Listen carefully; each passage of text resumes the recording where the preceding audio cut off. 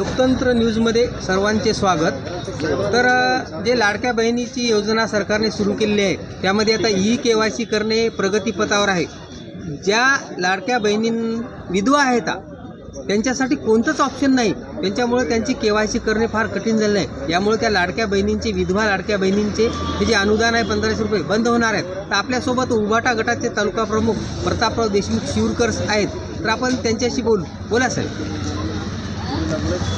आज या ठिकाणी तहसील कार्यालयासमोर अनेक विधवा महिला जे की ज्यांना 1,500 रुपये महिना जे लाडक्या बहिणीचा मिळत होता ते बंद होण्याच्या मार्गावर आहे आणि त्यामुळे त्यांनी या तहसील कार्यालयावर विचारपूस करण्यात आले असताना आम्ही या ठिकाणी असे निवेदन दिले की या ॲपवर त्या विधवा महिलेच्या दुसरं नाव नसल्यामुळे त्यांना त्या ठिकाणी नाव टाकता येत नाही।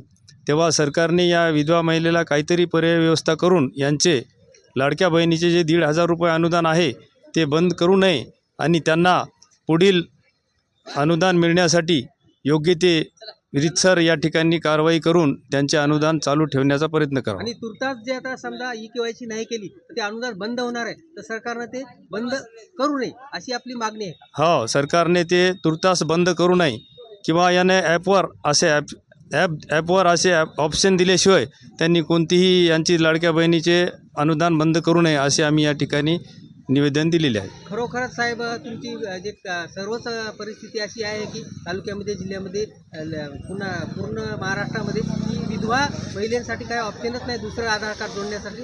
तर यासाठी सरकारनं नक्कीच काहीतरी उपाययोजना केल्या पाहिजे आणि ई-केवायसी जर अशा लाडक्या बहिणीची झाली नाही विधवा तर त्यांना 1500 रुपये चालू ठेवायला पाहिजेत। धन्यवाद साहेब।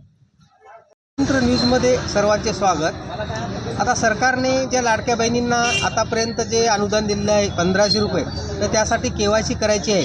तर ती केवायसी करत असताना अनेक लाडक्या बहिणींना अडचणी येत आहेत, जसे की काही विधवा महिला आहेत। आता विधवा महिला असल्यानंतर त्यांच्या पतीचे हे जे आधार कार्ड आहे ते कदाचित बंद पडलेले असेल किंवा ते त्यांच्याशी आधार लिंक त्यांचा मोबाईल नंबर लिंक नाही, अशांना अडचण येत आहे। तसेच काही लाडक्या बहिणी अशा आहेत की त्या बहिणींना एकतर वडील नाही तर चुलताही नाही आणि भाऊही नाही। तर अशा लाडक्या बहिणींच्या विषयी आज निवेदन दिलं आहे की त्या तशा लाडक्या बहिणींच्या ज्यांना केवायसी करण्यामध्ये अडचणी येत आहेत त्यांच्यासाठी सरकारने त्यांची जी आता 1500 रुपयाची योजना आहे चालू ठेवावी ह्याबाबत निवेदन दिलेलं आहे। तर आज आपण आपल्याकडे काकू आहेत, शेतकरी संघटनेतर्फे निवेदन दिलेलं आहे। तर आजी तुमचं नाव सांगा। निर्मलाबाई दत्तात्रय, गाव रुई धानोरा। आता तुमची जी मुलगी आहे विद्याताई दत्ता पायकराव ह्यांना वडील नाहीत, वडील नाही, भाऊ नाही, नाही, आता यांची केवायसी कशी होणार? नवराही नाही, होत नाही केवायसी जर नाही झाली तर सरकार यांचं जे 1500 रुपये जे लाडकी बहिणीला अनुदान देते बंद होणार आहे, बरोबर आहे का? यांच्यासाठी सरकारनं अशा लाडक्या बहिणींना केवायसी मधून वगळावं किंवा त्यांना आणखी संधी द्यावी व उपलब्ध दुसरा पर्याय करावा, बरोबर आहे? ताई तुमचं नाव सांगा। केसरबाई गंगाधर वाठोरे, राहणार उमरी। तर तुमचा पण असाच प्रॉब्लेम आहे? हो, असाच प्रॉब्लेम। तुम्ही विधवा आहात? हो। तुम्हाला लाडक्या बहिणीचे पैसे भेटतात नाही? तुम्ही अर्ज केला होता का लाडक्या बहिणीच्या पैशासाठी? केला होता पण ते काही मान्यता होईच ना। कशामुळे? म्हणजे ते केवायसी घेईना ना। केवायसी घेणं झाली कारण तुमचे जे घरचे मालक होते, बरोबर आहे, त्यांचा आधार कार्डशी मोबाईल नंबर संलग्न नाही, बरोबर आहे? ह्यामुळं अशा खूप मोठ्या अडचणी येतात। तर सरकारने अशा गोरगरीब लाडक्या बहिणींचे केवायसी न झाल्यास पैसे कपात करू नये, त्यांना लाभ द्यावा व याच्यावर पर्यायी व्यवस्था करून त्यांची केवायसी करण्याचे सरकारने त्यांच्या स्तरावरून ठरवावे, जेणेकरून या गोरगरीब लाडक्या बहिणींना पैसे मिळतील।